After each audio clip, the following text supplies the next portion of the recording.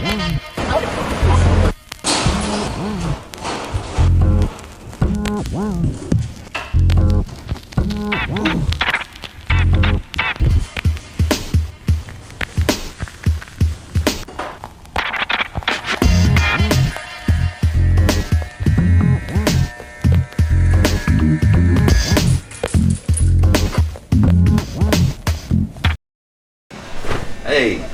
what's good, y'all? Well, what's good, my boy? Man, we back. Thank Comments, you. cutting comments. Yes, sir. All new with a special guest co-host. Same old niggas. Petey DeAbreu. Got my guest Bob Sumner. You know Bob. Yeah. Started Def Jam with Russell Simmons and Booksy Apollo.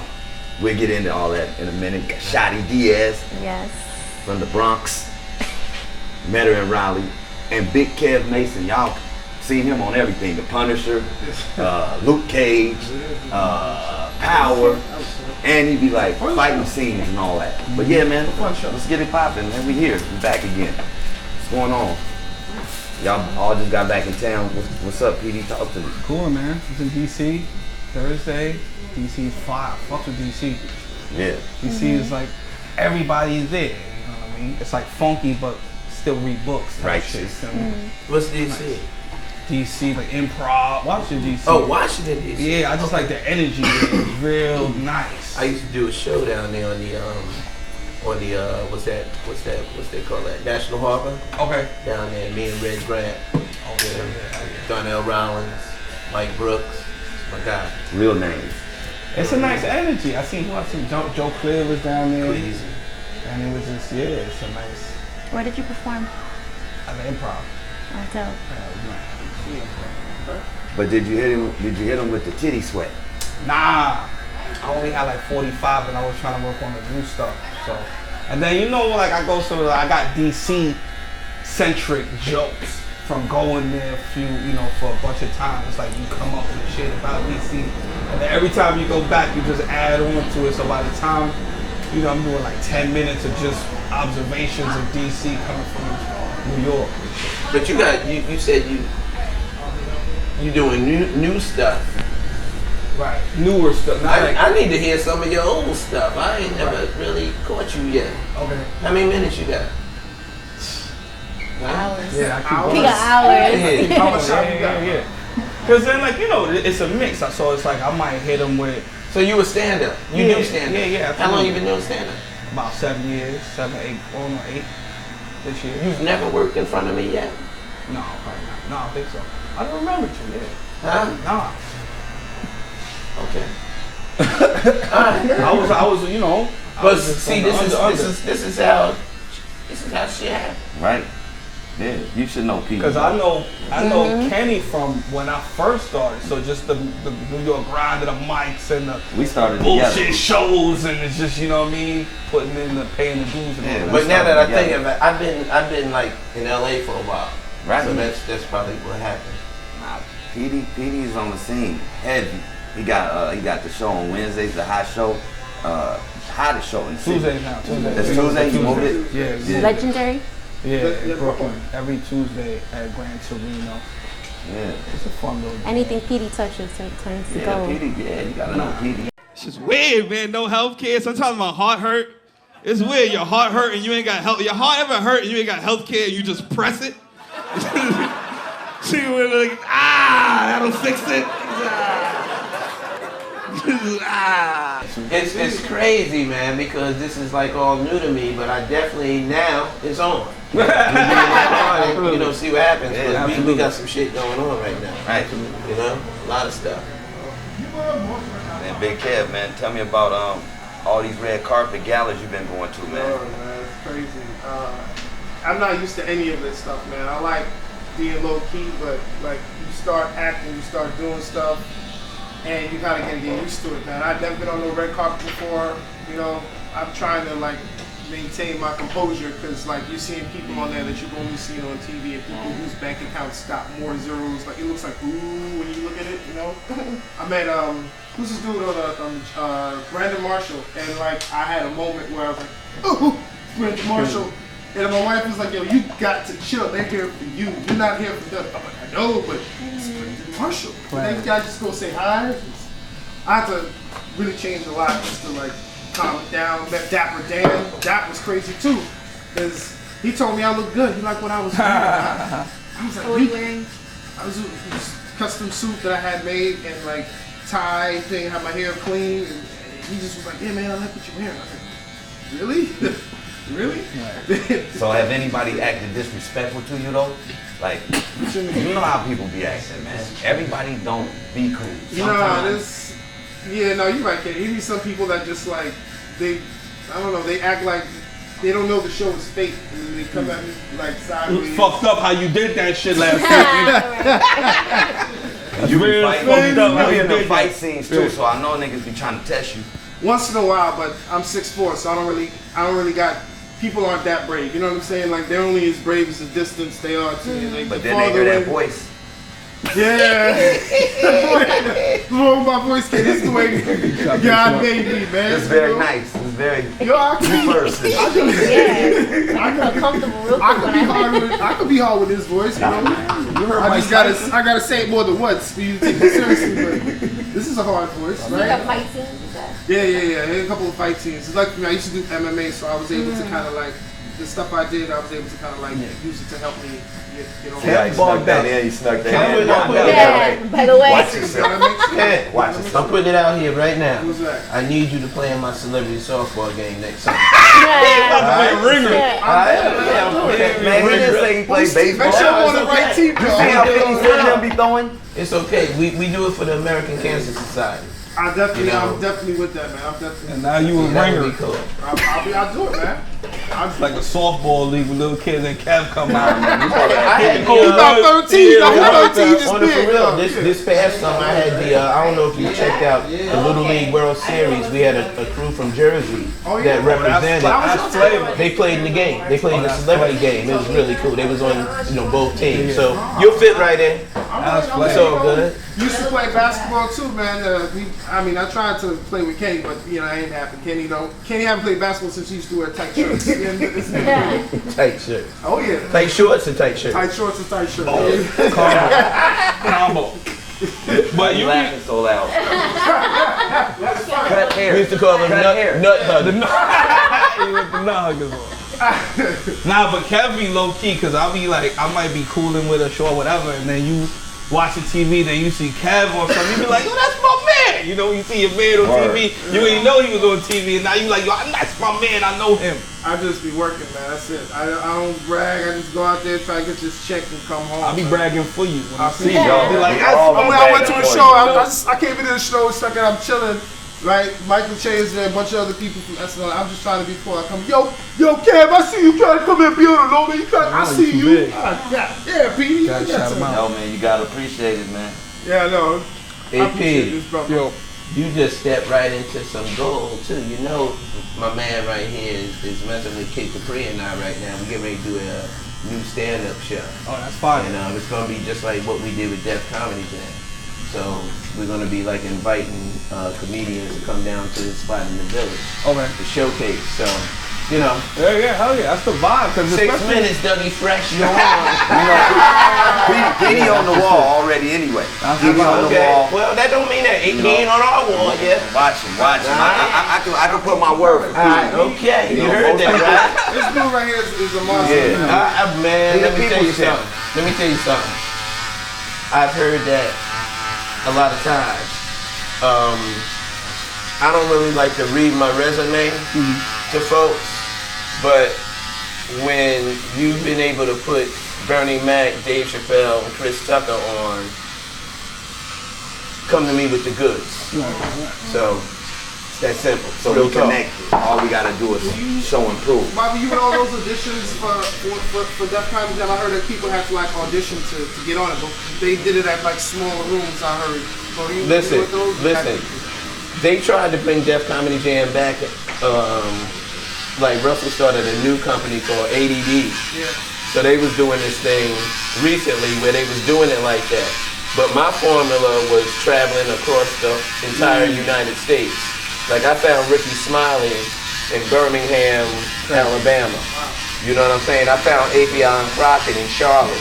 You know, everything wasn't just based for New York and LA. Where was you And even filming? Chicago, you know, all of them, like Bernie, Adele, all of them, they came out of there. DeAbreu, Corey Holcomb. So I traveled with mine. So I think you kind of might be talking about the new version because I knew that they were going in the clubs. No, I mean, So was you filming them Oh, the here? whole- You was filming them here and just finding the talent all over? I would find them all over and then I would just take notes. I do my thing See, like but that's sports. crazy because I feel like people don't I do my even thing. do that. I don't even look at tape. I look at you live. Yeah, It's I all like about that too. live. I like that too. Yeah, it's real.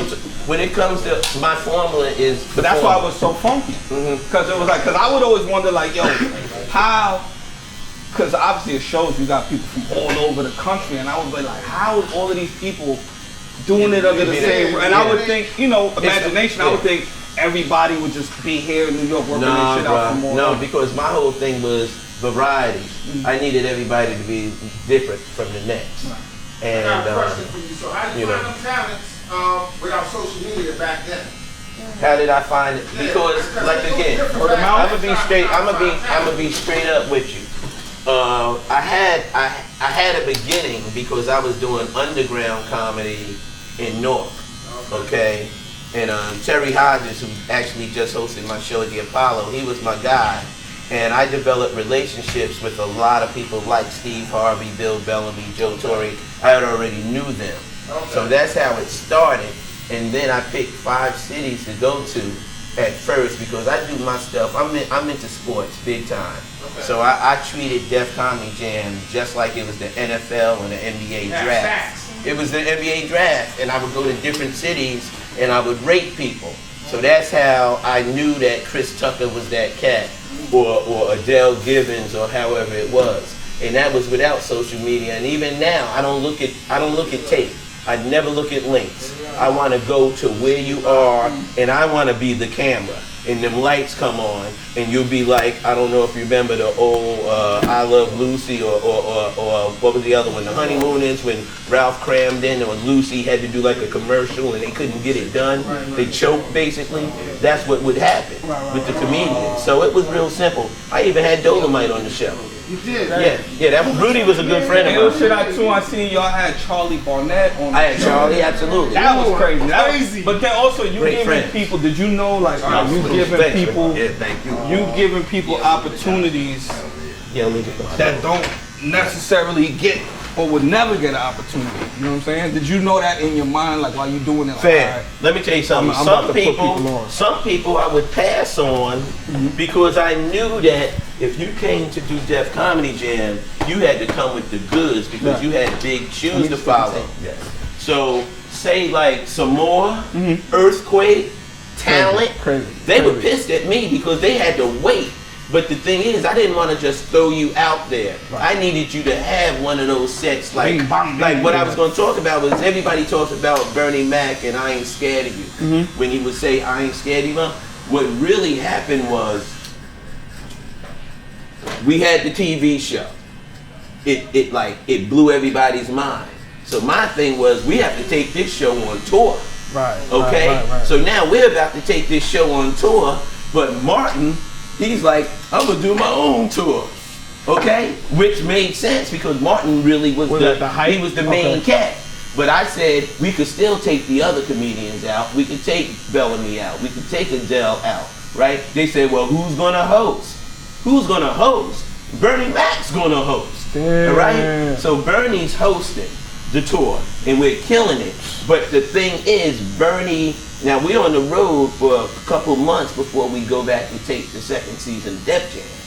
So now Bernie and Kid Capri, they have this formula, this in sync. They so in sync with everything they're doing, and Bernie's out there. Who you with? You know what I mean? And he's like killing, kick ass, and Kid is like right there. I ain't scared. Like he's doing this already.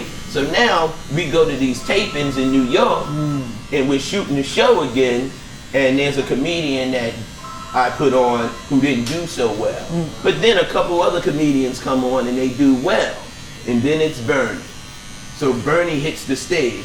Y'all You don't don't understand. I ain't scared of you, motherfucker. I ain't scared. You know what I mean? It was that thing. And then he would tell a little one-liner like a vaudeville joke.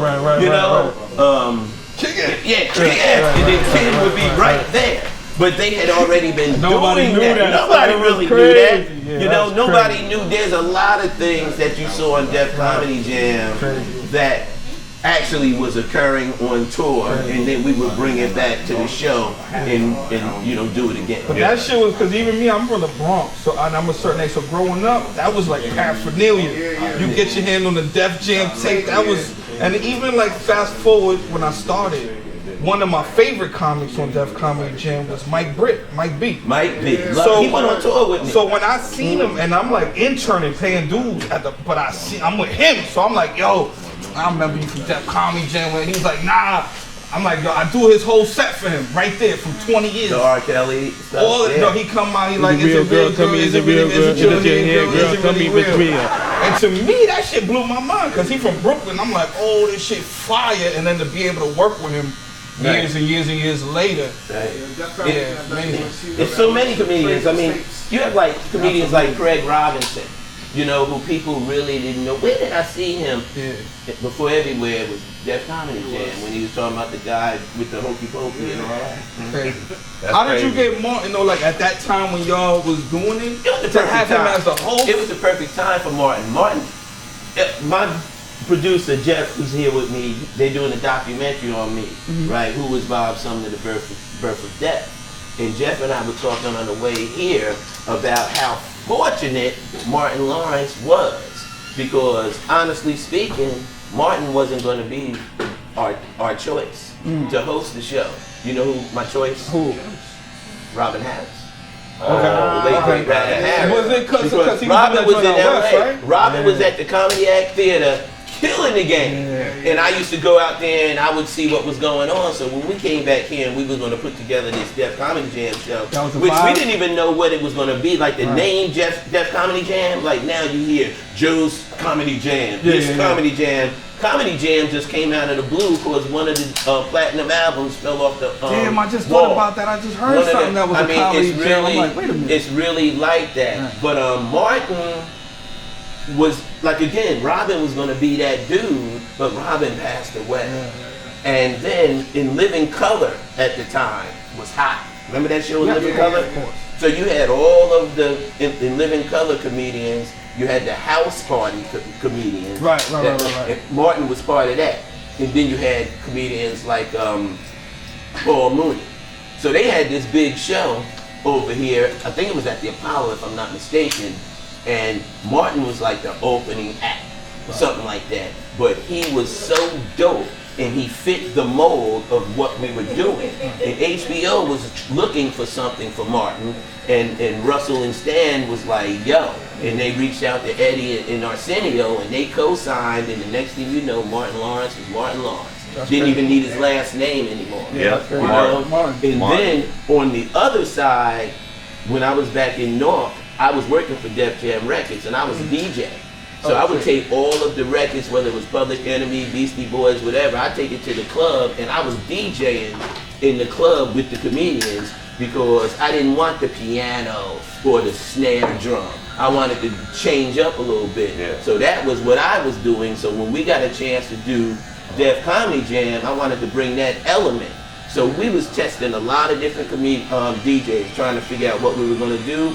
But at the time, there was a thing called the Budweiser Superfest, all right? And one of our artists, LL Cool J, had come out with this joint called Mama Said Knock You Out. It was doing very well, so he was headlining at Madison Square Garden along with Babyface. Following the show, there was an after party at this place on West Side Highway. The DJ was up there. Not only was he killing on the ones and twos, but he was also talking, right? It was Kid Capri. I said to him, yo, we get ready to do this show. I need your info. Because I knew Kid, but not knew him. Like, we spent 10 years on tour. I know Kid, you know. So that's why we doing what we're doing. But at this particular time, that was what it was. So Kid became the DJ. And now, everywhere you go to a comedy show, they use a damn DJ for the most part. But that's how it all started. But you had the best DJ, arguably, in the game. Best host, arguably, in the game. Yeah. And then you was in sandwiching people that people never even heard of. Yes, all over. Crazy. All over. I remember we pulled up somewhere off the tour because each year it was like a high school yearbook for me. I had the first year, and then the second year, and the third year. And one time we were on the tour bus, and everybody had this photo album. So the guys is like looking at this photo album, and they don't know who this one guy is.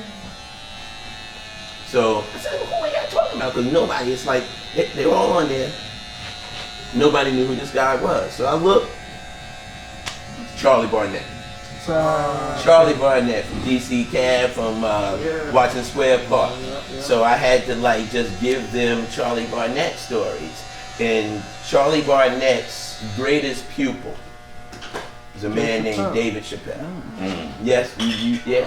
And Dave is just an amazing guy. Everybody talks about David and his comedy now. I put David on when he was 18, even though on the Def Jam 25, he said I passed on him 3 times. That was just a joke. That was just a joke. Talking about that's like passing on Halle Berry. Talking about she is kind of cute. You know, it's crazy. But when I put David on, he was basically an intelligent comedian. His flavor was a little different than most, but he just had something. And what he had was, he had a point of view. And that's what's happening with him right now. He's only saying what other people want to say, you know, and it was always a thing of, you know, freedom of speech. And it's like, what happened to that? You know, what happened to being able to take a joke? Like Talent said, it's just comedy, you know? So it's a lot to that. It's a lot to it. So what about Shari Diaz? You need to know her too. She hot right now. Real hot. Stand up? And stand You up. gotta be kidding me. Man, she's hot right now, man. I know, right? 6'4" and, you know, no job, it's fine. No, but it's cool. I mean, I'm on dating apps as well. Like, I'm on Tinder, I'm on Bumble, Uber, and I figured they take direction well, and they're always there on time. I like that shit, you know? It's crazy. And they got a job. There you go. What are you, the science teacher?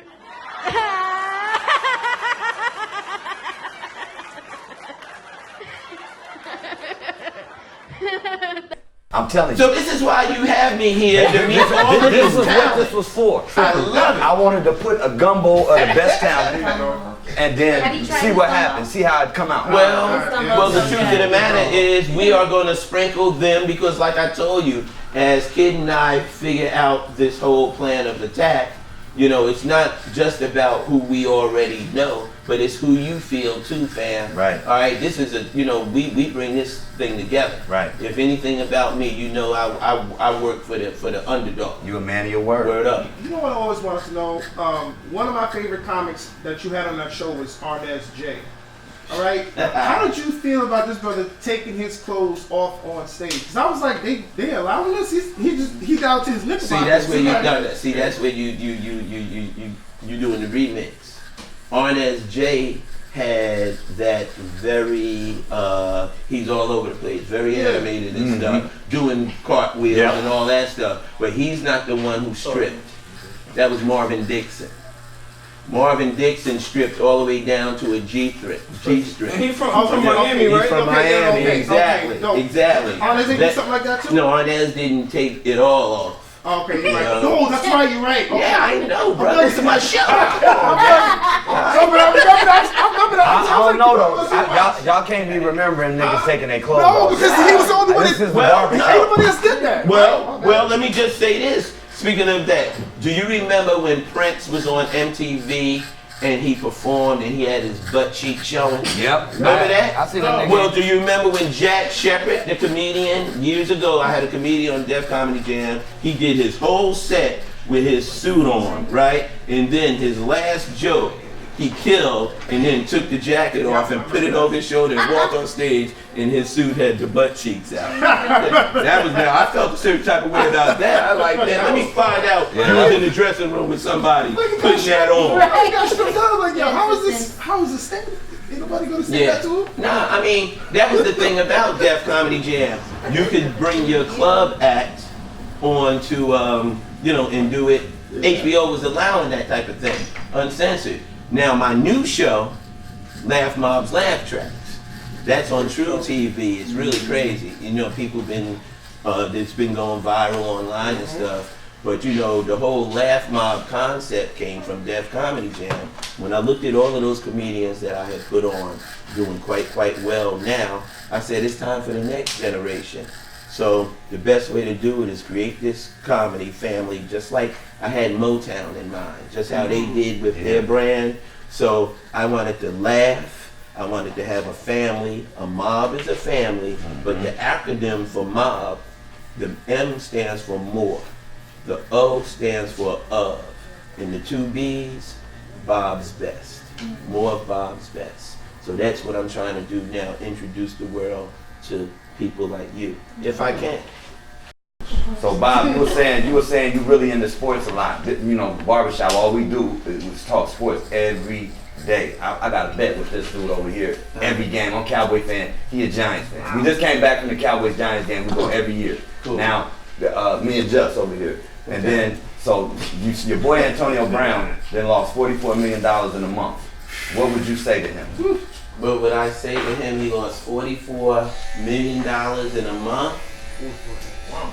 You said $44 million within He got a month? cut by the Raiders. That was a $35 million contract. Then the Patriots gave him $9 million, and then he got cut by them, so he lost that too. So now, This is what I would say to him. When he was with the Raiders, he had an opportunity to cut a side deal. You know how they do endorsements? He had an opportunity at that time to have his agent reach out to Dr. Schultz, okay? He could have done an endorsement with them with those bad feet. right. So if they cut him, he still would have had that deal because he still had the bad feet, right? So he has to be a businessman, no different than when he went to the Patriots, right? He talks a lot of trash. He talks a lot of macaroni and cheese, right? Yep. He could have asked Mr. Kraft from Kraft Macaroni and Cheese, could he endorse macaroni and cheese, right? So then he would have had that deal and that other deal. See, I turned a sports situation into a business situation. I think people would have went for that. Come on, everybody know he had bad feet, right? Yeah. Dr. Scholl's just say, we could fix your feet like we fixed Anthony Brown's feet. So I know that that's not where you thought I was going to go, but I'm just trying to turn a negative into a positive. I think it was a setup. Let me tell you why. The guy signed. He wanted to go to Patriots from the jump, and the Steelers wouldn't let him go. So he goes to Oakland, throws a little tantrum. Oh yeah, you know they won't let me use the helmet I want to wear. I'm not gonna play now. $30 million, and you don't want to play because of the helmet? Setup. Went to Oakland, played the game, got cut, then went to the Patriots. I bet you they had that deal already set up for him to go to the Patriots. They just didn't expect him. But where's he playing now? Nowhere. No, He yeah. caught They that case. didn't expect that lawsuit to come. So he's out the league. Yeah, he's out. He got a case. They gotta wait to see. He's just. They gotta wait to see what's gonna happen with this case with this girl. But that's like some street shit. Like, all right, you So know, you're a he's- businessman, right? You're not gonna risk it on somebody that's gonna be a liability to where you going with your business. So he's like one of them dudes. He got the potential, but his mind is like he ain't thinking about being a liability with his moves and his And the actions. worst part was he recorded that conversation with his coach. Yeah, conversation And with then his put coach. it online, right? Yeah, Snoop Dogg said he need Alright, therapy. so the truth of the matter is this thing is really, really a business. Right. Because you have a team like the Dolphins who can really use him right now. But I guess they're totally against it because of everything else that's going on. Yep. Fucking And the up the same money. thing with Cap, I guess. Fucking Because up the money. capping and him on a team would help That'd be a hard. team. But they fucking up the money. Wow. They fucking up the money. Him and Cat, I don't think it's two different things though, man. I know it's two different things. It is two different, like, I wouldn't even want to compare it to Shady. I'm just talking about two Except for the players eyebrows. that are really on the sideline. sideline. Okay, cool. Yeah. Their shoes is two different. Oh, totally different. I mean, totally different. So will Antonio ever get back in the league? Probably. Probably. Yeah. Kareem You Hunt think so? Yeah, he'll get in somebody who really needs Shit, him, like like Vic the got Dolphins. best. It won't be this year, but he'll get in. But listen, isn't he from Florida? Yeah. Wouldn't that be dope if he went home? He would be around a lot of dope. Because Antonio Brown. I ain't even looking at that. We know Antonio Brown. You know he a little shifty. He might be down there doing too much. So let me ask you this. So you're saying, from what I'm understanding, like y'all just said that AB could get back in the league. Yeah, I believe he could. But you don't think Cat will? Because somebody told me because he took more blackboard than he is. because of that. But he took his situation. But then he took. Somebody said he took a buyout or something. So he got paid. So that totally made them go, okay, you good? Go ahead. He got paid. He got paid. How much he got paid? It's undisclosed. Oh, he got paid. He got a couple of Here's a question. Here's a question. You guys seem to know this thing pretty tough. Yeah, we watch sports. Yeah. Could Cat go to the CFL and play? Yes. But there's no star-studded. You know, and the NFL is everything. That's one game a week. It's bigger. The Super Bowl is the biggest game. So it's about the money, not the love of the game. He said they gotta pay him. But no, the love of the game some money. is different in Canada than in the United States. They don't care about football up there like we do. also marketing too, man. Like I said, I think that would be major. Can you imagine that if he signed with a CFL team?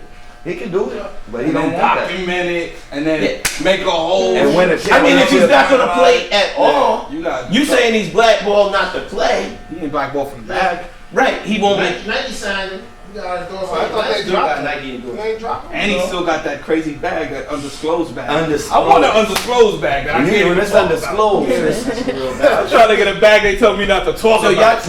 do y'all just talk football or do y'all talk? Because you know it's four sports going Basketball on right too. Basketball. We Y'all talk talk basketball. basketball? We don't talk baseball. And we don't talk hockey. And we don't talk hockey. Wait, y'all talk NASCAR either? NASCAR. Y'all don't even talk baseball in October? Not really. Yankees is there. Yankees is there. I know, but that's how you know And we they don't That's what know. I'm saying. They busting ass right now. Yeah, they doing work They right going now. hard right now. But let's go back to who then. The Nets.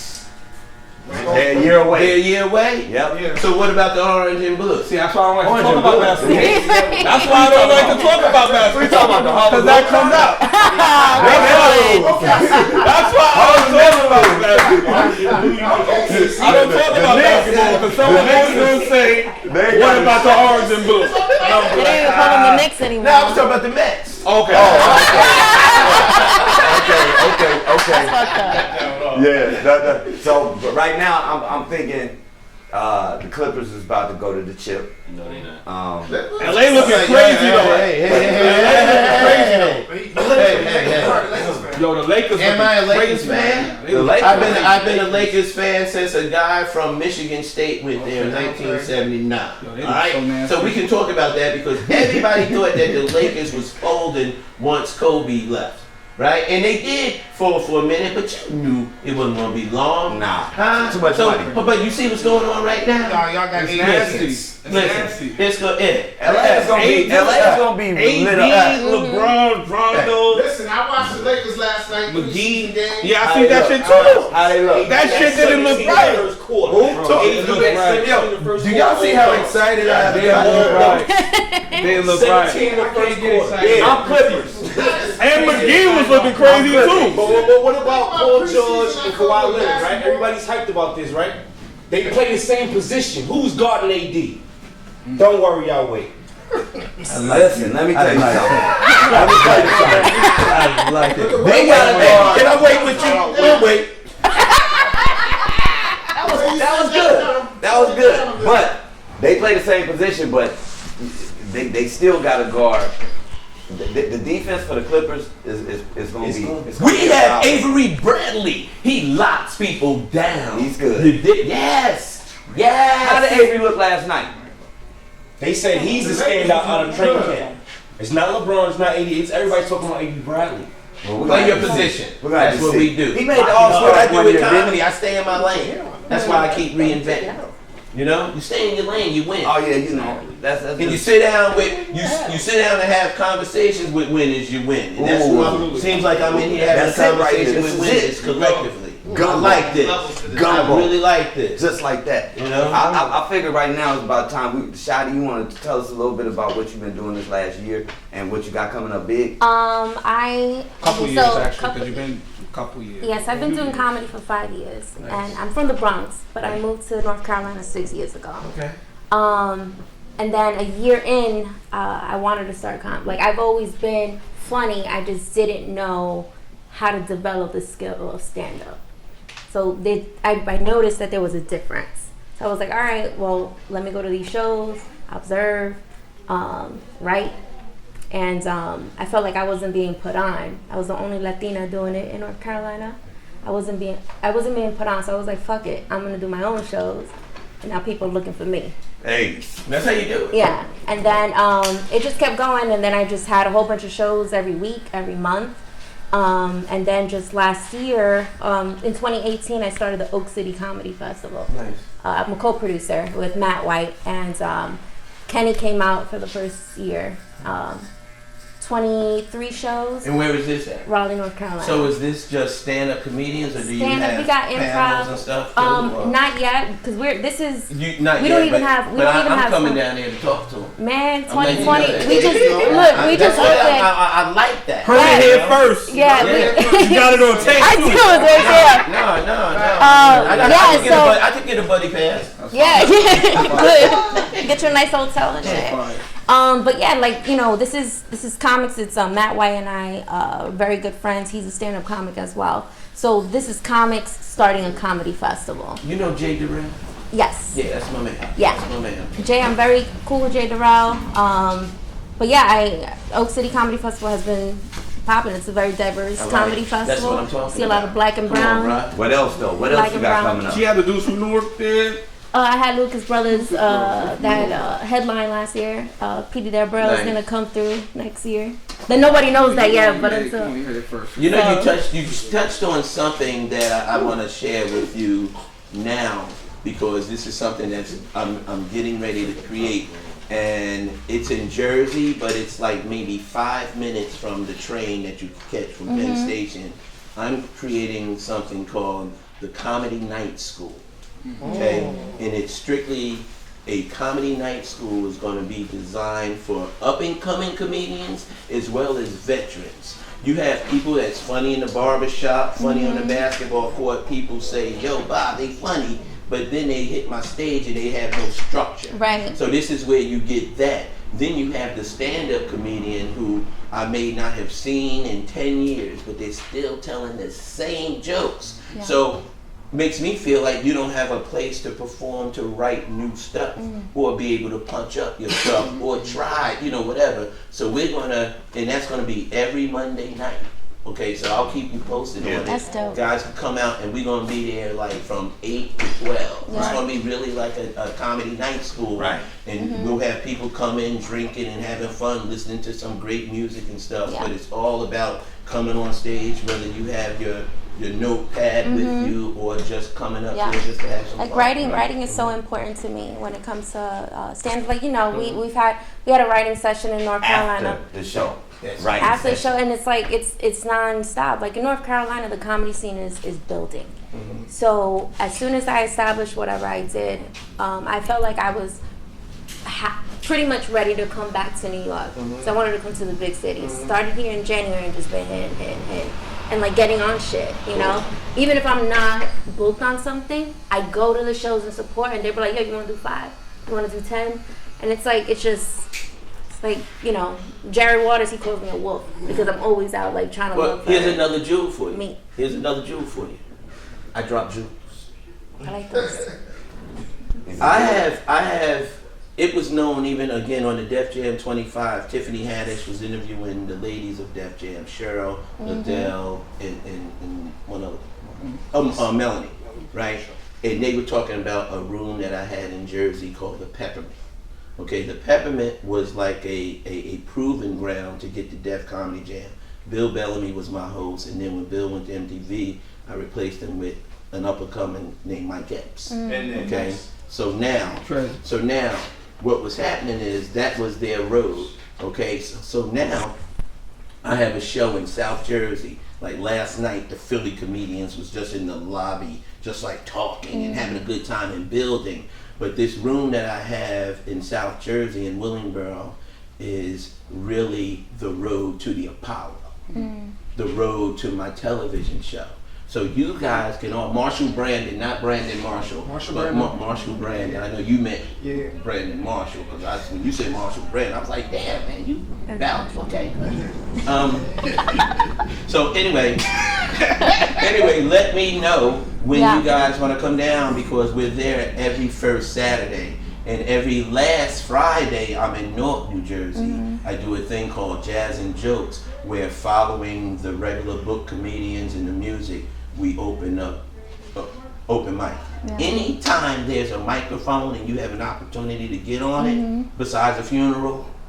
Okay? I heard people say funny stuff, but you ain't trying to go overboard.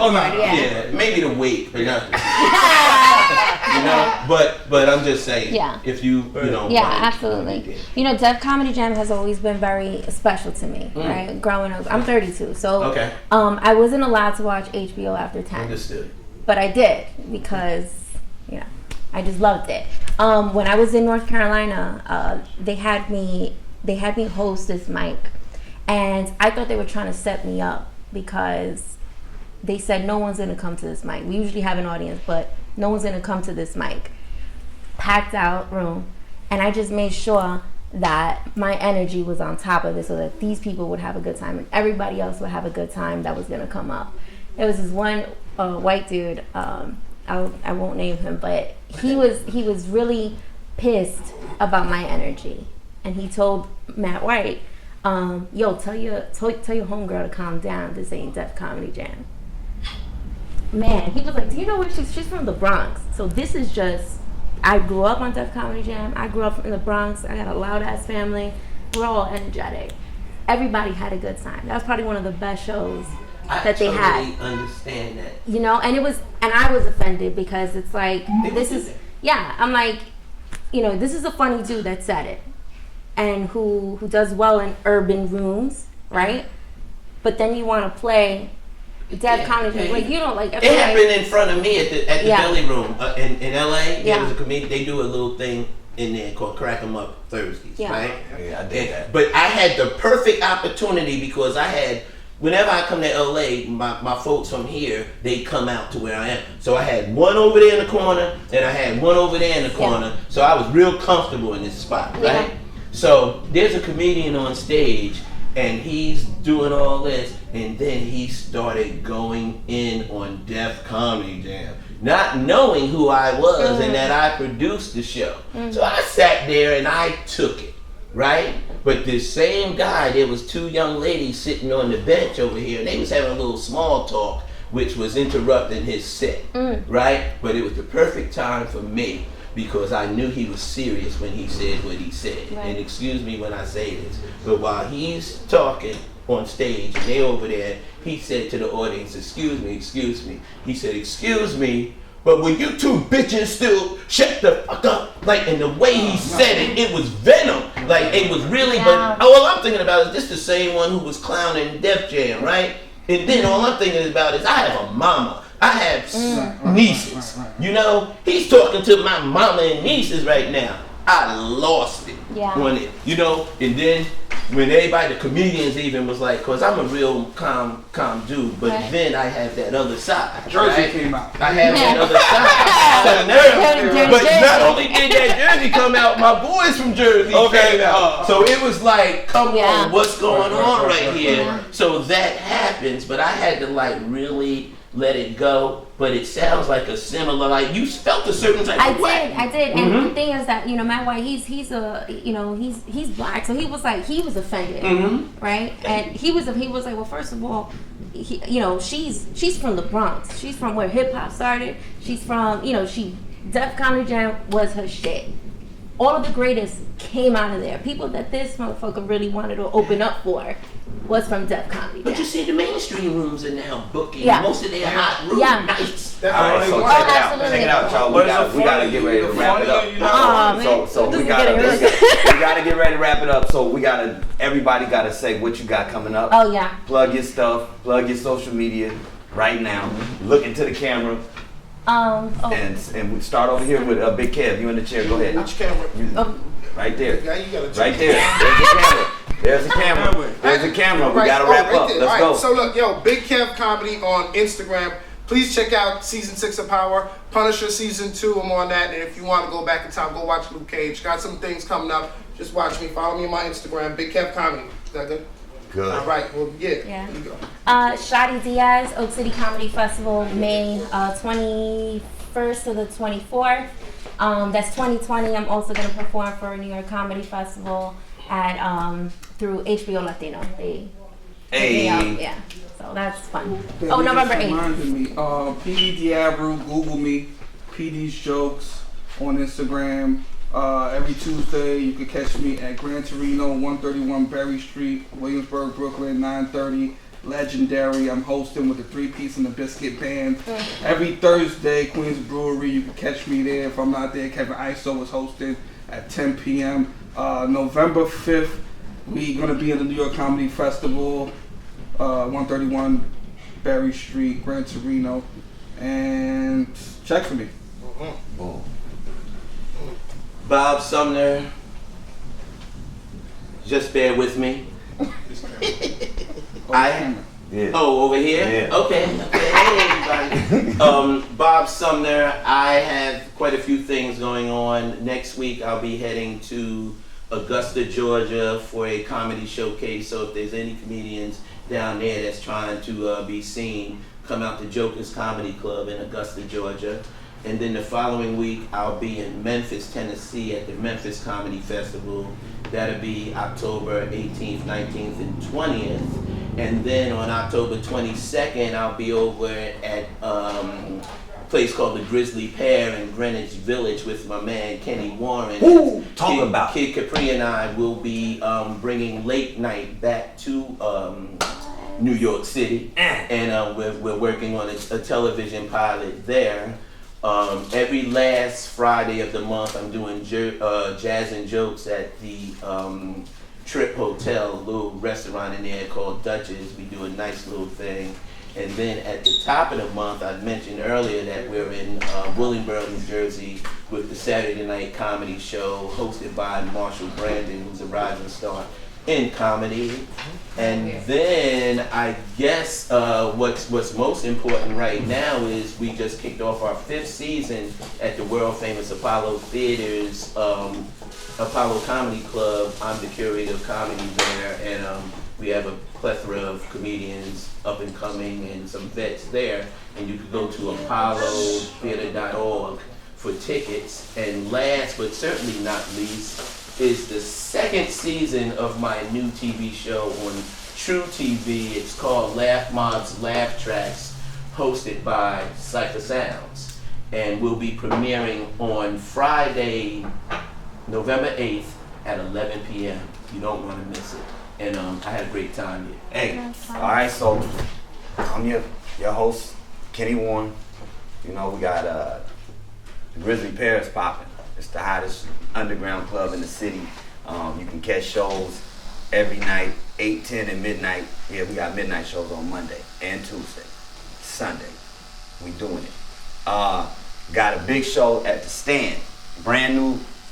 The Stand has been open 2 months in Union Square. Comics cutting comics live. So I'm gonna be cutting people's hair on stage while I'm doing the jokes. Then they gonna do their jokes with a real haircut.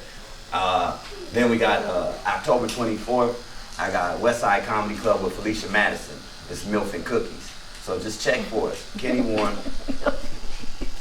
the average black man.